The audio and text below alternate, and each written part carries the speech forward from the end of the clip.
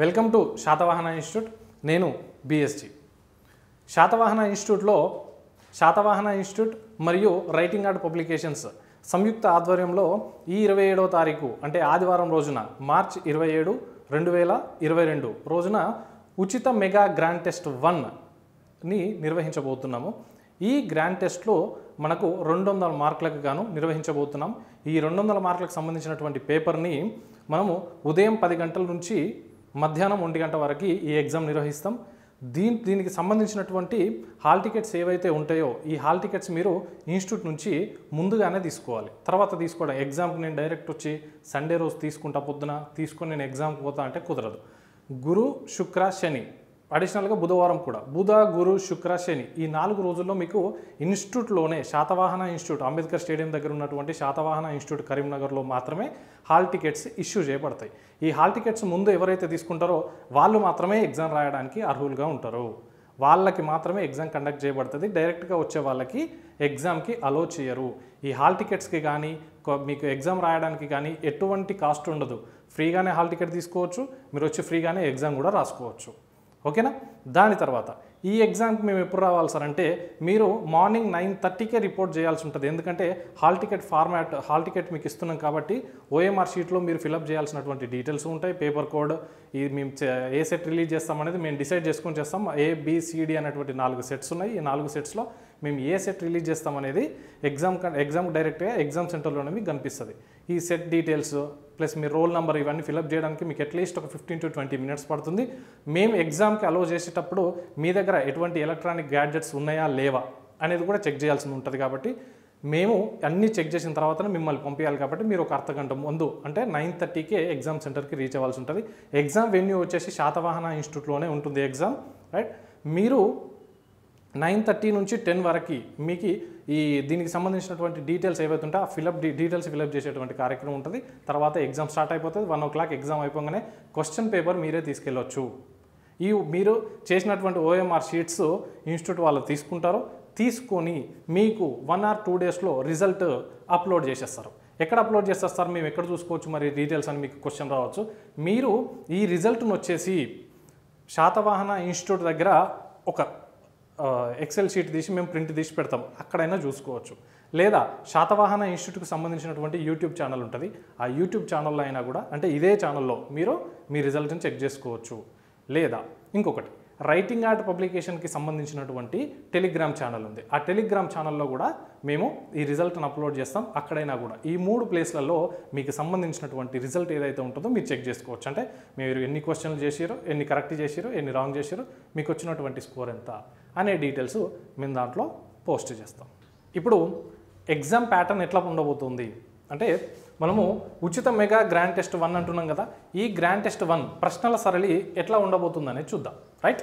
మనం ముందుగా ఇంతకుముందు రాసినటువంటి TSPSC, TSLPRB అంటే Telangana state public service commission కావచ్చు, Telangana state level police recruitment board కావచ్చు.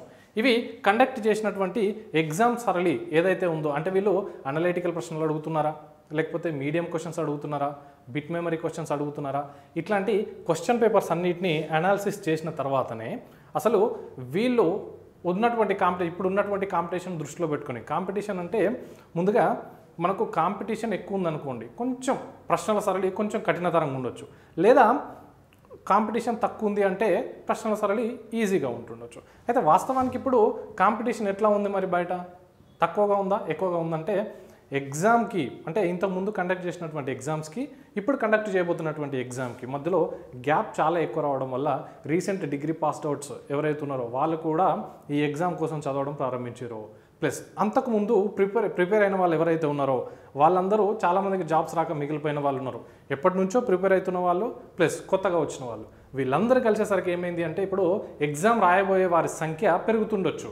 ఉట్టిగానే ఎగ్జామ్ రాస్తారా సార్ అంటే అవును, ఉట్టిగా అయితే ఎవరు రాయరు, ఎంతో కొంత చదివే రాస్తారు.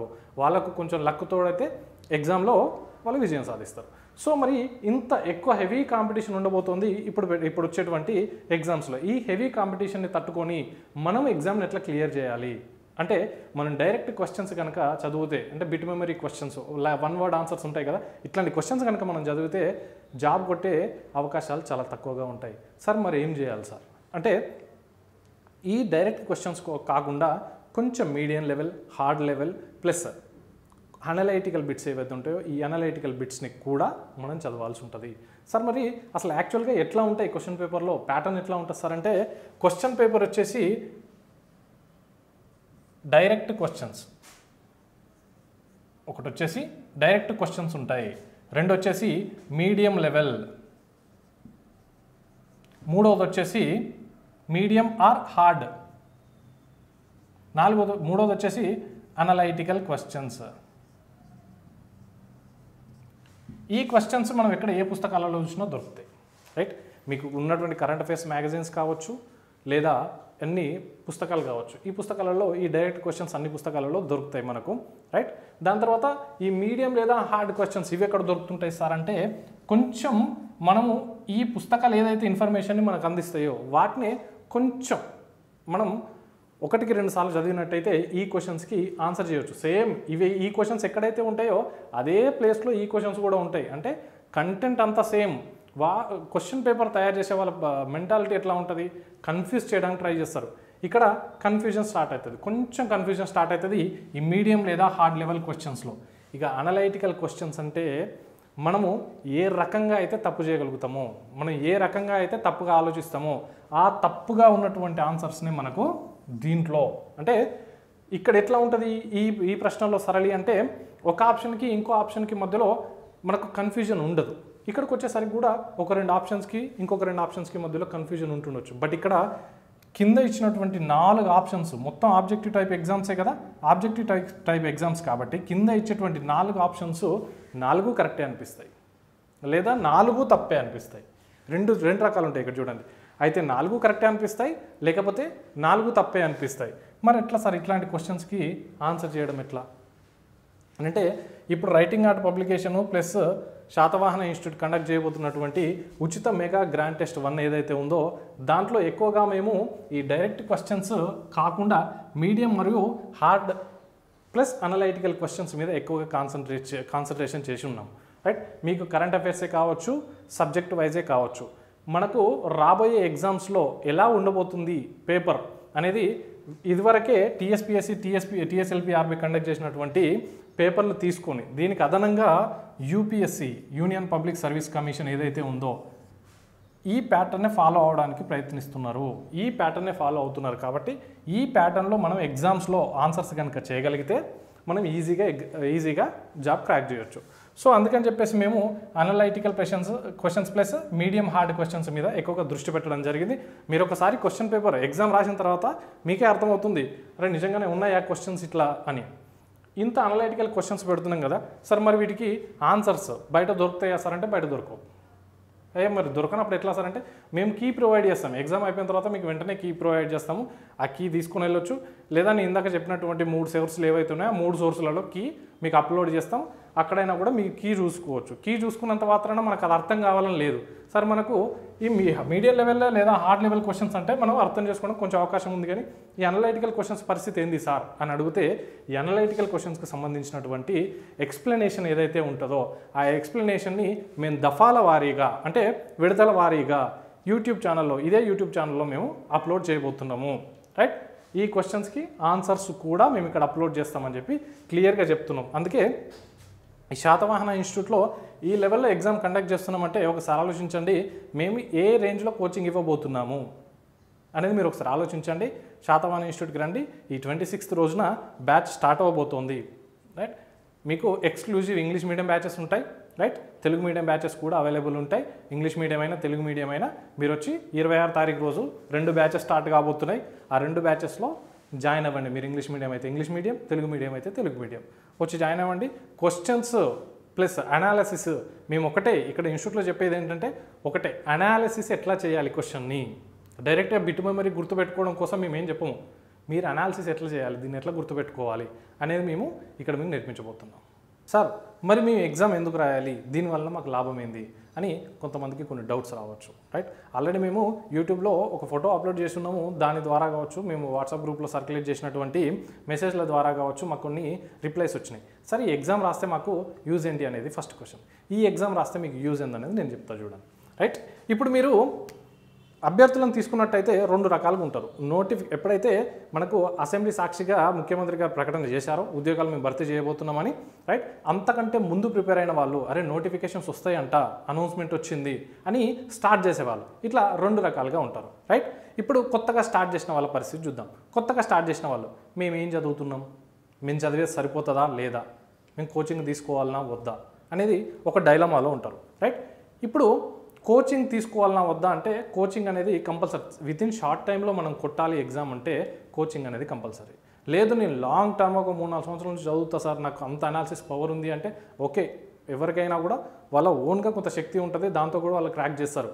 బట్ ఇక్కడ ఏంటి అంటే మీరు షార్ట్ టైం ఉంది కాబట్టి మనం ఇక్కడ షార్ట్ టర్మ్ బ్యాచ్లు కండక్ట్ చేయబోతున్నాం కాబట్టి కోచింగ్ జాయిన్ కండి, రైట్? దాంతోపాటు మరి మీరు కరెక్ట్ పద్ధతిలోనే చదువుతున్నారా లేదా, క్వశ్చన్స్ ఎట్లా ఉండబోతున్నాయి అనేది మనము ఈ ఎగ్జామ్ ద్వారా చూపిస్తాం, రైట్? కొత్తగా ప్రిపేర్ అయ్యే వాళ్ళకి నేను మళ్ళీ చెప్తున్నా, మీరు ఏ రకంగా చదవాలి, ఒక క్వశ్చన్ని ఏ రకంగా అర్థం చేసుకోవాలి అంటే ఒక రకంగా మీకు ఈ క్వశ్చన్ పేపర్ ఏం చెప్తుంది అంటే ఒక ప్రశ్నని ఏ రకంగా మన మీదకి సంధించబోతున్నది బోర్డు, టీఎస్ఎల్పిఆర్బి బోర్డు లేకపోతే టీఎస్పీఎస్సీ, వీళ్ళు ఏ రకంగా మన మీదకి ప్రశ్నలు వదలబోతున్నారు అనేటువంటి ప్రశ్న సరళి మీకు కావాలి అనుకుంటే మాత్రం కంపల్సరీ ఈ ఎగ్జామ్ రాయండి. ఈ ఎగ్జామ్ రాస్తే మీకు ఏం తెలుస్తుంది, క్వశ్చన్స్ ఇట్లా అడగబోతున్నారు, ఓకే మనం చదివేటప్పుడే, మీరు ఇప్పుడే స్టార్ట్ చేస్తున్నారు కాబట్టి చదివేటప్పుడే మనం ముందుగానే ఈ రకంగా చదువుకుంటూ పోవాలా క్వశ్చన్స్ అనేది మీకు అర్థమైపోతుంది ఈ పేపర్ రాయడం వల్ల. సెకండ్ వచ్చేసి ఆల్రెడీ ప్రిపరేషన్లో ఉన్నవారు, ఎవరైతే ముఖ్యమంత్రి గారు ఎవరైతే ఉన్నారో ఆయన స్టేట్మెంట్ ఇవ్వకంటే ముందు ఆల్రెడీ ప్రిపేర్ అవుతున్న వాళ్ళు, సార్ మాకేందంటే మీరు ఇన్ని రోజుల నుంచి చదువుతున్నారు కదా, అసలు కరెక్ట్గానే చదివినమా లేదా, ఓకే మీరు అందరూ చదివే ఉంటారు, కరెక్ట్ చదివి ఉన్నారు కాబట్టి అసలు యాక్చువల్గా మనము వాస్తవంగా ఈ కోణంలో చదివినమా లేదా, ఈ రకంగా కూడా ప్రశ్న వస్తుందా లేదా అనేది మీకు తెలిసి ఉండాలి. మీకు తెలిసి ఉండాలంటే ఒకసారి ఈ పేపర్ రాస్తే మీకు క్లియర్గా అర్థమైపోతుంది, ఓకే మనం చదివింది కరెక్ట్ వేనే, రైట్? మీరు చదువుతున్నది కరెక్ట్ వేనా కాదా అనేది మీరు చూసుకోవడానికి మాత్రమే ఈ ఎగ్జామ్ రాయండి. ఇది ముందుగా ప్రిపేర్ అయిన వాళ్ళకి. తర్వాత ప్రిపేర్ అయిన వాళ్ళ గురించి ఇందాక చెప్పిన నేను. దీంతోపాటు ఎగ్జామ్ గురించి నేను మళ్ళీ ఒకసారి చెప్తున్నాను వినండి. ఈ సండే రోజు అంటే 27 మార్చ్ 2022 రోజున ఎగ్జాము 10 to 1 ఉంటుంది. 9:30కే మేము సెంటర్లోకి అలౌ చేస్తాము. మీ దగ్గర నుంచి ఎటువంటి ఎలక్ట్రానిక్ గ్యాడ్జెట్స్ ఏమి ఉండకూడదు. Nothing is allowed other than pen and exam pad, right? Exam pad, pen తెచ్చుకోండి. మేము సండే రోజు డైరెక్ట్గా వచ్చి హాల్ టికెట్స్ తీసుకుంటామంటే ఇక్కడ ఇవ్వడం కుదరదు. మీరు ముందు రోజు వరకు అంటే సాటర్డే, శనివారం వరకు మధ్యాహ్నం 3 లేదా 4 గంటల వరకు మాత్రమే మీకు హాల్ టికెట్స్ ఇష్యూ చేయబడతాయి. ఇన్స్టిట్యూట్కి వచ్చి హాల్ టికెట్ కలెక్ట్ చేసుకున్న వారు మాత్రమే ఎగ్జామ్ రాయడానికి అర్హులుగా ఉంటారు. ఇది గుర్తుపెట్టుకోండి. ఇంత మంచి అవకాశాన్ని మిస్ కాకండి. అభ్యర్థులు అడిగినటువంటి ఇంకొక ప్రశ్న ఏంటంటే, సార్ మేము ఎగ్జామ్కి వస్తాము కానీ మాకు ముందుగా వచ్చి హాల్ టికెట్ తీసుకున్నటువంటి అవకాశం లేదు సార్, ఎందుకంటే మేము కొంచెం దూర ప్రాంతం నుంచి వస్తున్నాము అని చెప్పి అడుగుతున్నారు. వాళ్ళ కోసం నేను ఏం చెప్తున్నానంటే, మీకు ఇక్కడ కరీంనగర్ లోకల్లో ఎవరో ఒకరు తెలిసిన వాళ్ళు ఉంటారు కదా, మీ ఫ్రెండ్స్ కావచ్చు, ఇంకా లేకపోతే మీరు వర్కింగ్ అయితే కొలీగ్స్ కావచ్చు, ఎవరైనా కావచ్చు, వాళ్ళను పంపించి మీ పేరు మీద హాల్ టికెట్స్ ముందుగానే వాళ్ళకైనా కూడా ముందే తీసుకోవాలి. కానీ మీరు రాకపోయినా కూడా మీ కొలీగ్స్ కావచ్చు, రిలేటివ్స్ కావచ్చు, ఇంకెవరైనా కావచ్చు, వీళ్ళను పంపించి హాల్ టికెట్స్ తీసుకోండి ముందే, రైట్? వాళ్ళకు మీ పేరుతో వాళ్ళకు కూడా హాల్ టికెట్స్ ఇష్యూ చేస్తాము. వాళ్ళు వచ్చి తీసుకుపోయి మీకు ఇస్తే మీరు డైరెక్ట్గా హాల్ టికెట్ తీసుకొని ఎగ్జామ్కి రావాలి. హాల్ టికెట్స్ తీసుకొని ఎగ్జామ్కి వస్తేనే మీరు అర్హులు. ఇంకొక ప్రశ్న మాకు స్టూడెంట్స్ అడిగింది ఇంకో ప్రశ్న ఏంటంటే, సరే ఎగ్జామ్ సెంటర్స్ ఎక్కడెక్కడ ఉన్నాయి సార్ అంటే, ఎగ్జామ్ సెంటర్స్ ఓన్లీ కరీంనగర్లో మాత్రమే ఉన్నాయి, వేరే స్టేట్లో ఎక్కడ లేవు. కరీంనగర్ ఎవరు రాయాలనుకున్నా కూడా కరీంనగర్లో శాతవాహన ఇన్స్టిట్యూట్ దగ్గరికి రండి. అక్కడే మేము వెన్యూస్ కూడా మీకు సిద్ధం చేసి పెట్టినాము. ఆ వెన్యూస్లో మీరు ఎగ్జామ్ రాయాల్సి ఉంటుంది, రైట్? దీని తర్వాత శాతవాహన ఇన్స్టిట్యూట్లో స్పెషల్గా మీకు గ్రౌండ్, ఇంకొకటి అడిషనల్ గ్రౌండ్ అనేది మీకు పర్ఫెక్ట్ గ్రౌండ్ ఇవ్వడానికి గ్రౌండ్ ట్రైనర్ లక్ష్మణ్ సార్ ఉన్నారు. ఆయన ఆధ్వర్యంలో మనకు గ్రౌండ్ అనేది అద్భుతంగా శిక్షణ ఇవ్వబడుతుంది. దాంతోపాటు 26వ తారీఖు నాడుగా కొత్త బ్యాచ్లు, రిటర్న్ బ్యాచెస్ ప్లస్ గ్రౌండ్ మొత్తం కలిపి మీకు 26వ తారీఖు నుంచి Telugu medium plus English medium 2 batches start కాబోతున్నాయి. మీరు ఈ అవకాశాన్ని సద్వినియోగం చేసుకోండి. మళ్ళీ చెప్తున్నా, ఎగ్జామ్కి ఎటువంటి కాస్ట్ ఉండదు, రైట్? ఉద్యోగం సాధించాలనేది మీ లక్ష్యం అయితే మిమ్మల్ని సరైన దారిలో నడిపించేటువంటి మార్గం మా దగ్గర ఉంది. రండి, మాతో కలవండి. All the best.